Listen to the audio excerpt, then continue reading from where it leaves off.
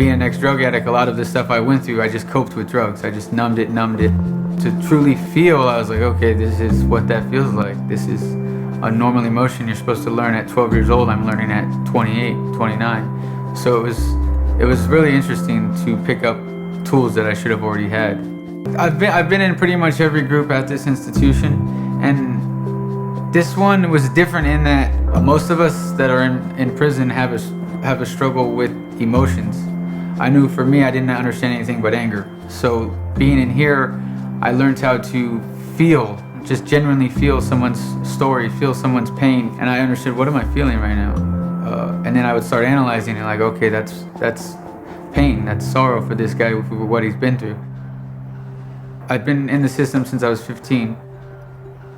I basically grew up in here. I learned everything according to what inmates have taught me, the prison system, and I've been desensitized to things that normal people wouldn't witness or be a part of.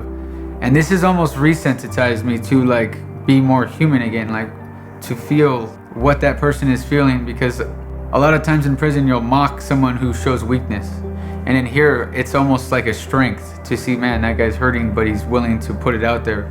And I had a lot of false strength. I thought being tough or macho or whatever was the answer in prison. But realistically, to be successful or to be someone who can fit in society, you have to be able to understand what people feel. People who are in prison, who go home without helping themselves or without fixing the issues that brought them to prison, are going to repeat that cycle, and then they're going to hurt innocent people again.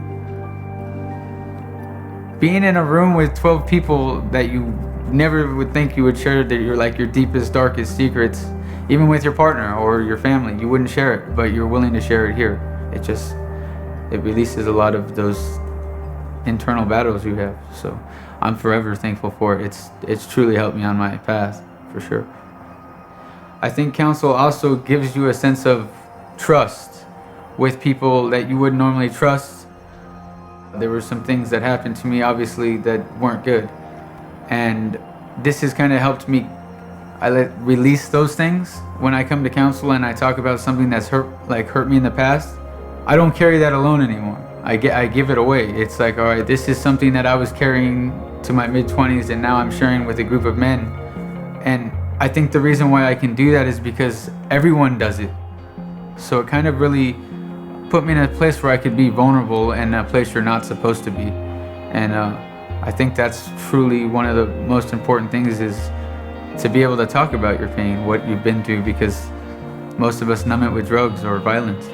There's no group on the yard that makes me feel the comfort that counsel does. It actually builds my confidence and gets me comfortable with who I really am.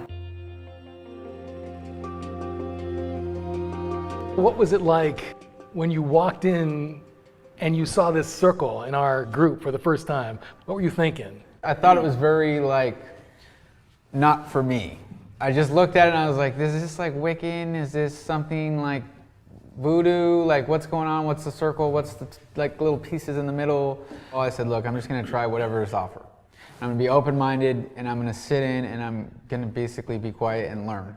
And I'm blessed and thankful that I did, because I've learned so much about human emotion and the things that I just was completely disconnected from. It was something that I could come share my story and my experiences, and then look at someone who I thought had nothing to do with anything that I've been through, share a similar story and look nothing like me. You have to really be vulnerable and experience that life condition and the humanity of someone else. I know for myself, growing up, being vulnerable was pretty much a no-go around the homies or whoever we called our friends back then. Vulnerability was something that I ran from and I escaped, obviously through substance abuse, and it worked. As a kid, it works because you're 11, 12, experimenting, and it's the very thing that you can run to, and it numbs all the things that you're feeling. Vulnerability, especially early on in prison, or even jail or institutions, no one shows that, because you become a victim.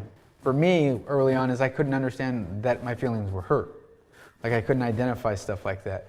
But counsel helped me empathize, learn compassion through hearing other people's story and really putting the humanity on a different face than I'm used to looking as an enemy. Now I'm looking at it as someone I was like, man, like I've been there, I've felt that. I needed tools. And going to council and kind of hearing people like, all it takes is for two people in that group to share to change the whole dynamic of the or like the whole group. You hear someone become vulnerable that's comfortable in council, and it puts everyone else's guard down, and it's like, man, what he just shared was pretty real, you know? And once I let that guard down, like, I wasn't willing to not go there anymore. For me, like, every time I go to council, I tear a piece of my trauma, my experience, my pain, and I put it in the middle of that circle. And I allow each one of the men inside that circle to go ahead and take a piece of it from me. Because it's much easier for someone else to carry your trauma than for you to carry it. So I feel like that's what really happens, is each person shares their experience and their story, puts it in the middle, and then we all leave carrying someone else's burden, so to speak. I'm willing to carry it for you. And that's what I get from the council. I think that was probably the first place I've seen tears, like we're in a prison environment where someone was allowing themselves to be vulnerable like that. But I finally got to a place for me, I was like, man, that dude's healing. Like, that's what's happening. Like, he is not caring about anyone in this room to the point of, like, he's trusting the circle to be vulnerable and to let those tears out and to let that that pain and trauma out. Like, you can't make that up. You can't. There's no script for it. It's authentic.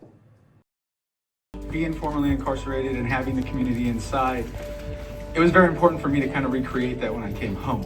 And it was one of the coolest things for me, showing up here and seeing a boy that I was locked up with. And he was community. Now I'm home, now I'm welcoming him into the community. Fighting for your life and your freedom, and you don't know when it could potentially come. I always had that desire to do whatever I could. I'm just trying to be the best person at what I'm doing. And I've noticed that just as a byproduct, good things happen. You represent love, buddy. That's right. Every time I see him, I know that that's what love looks like.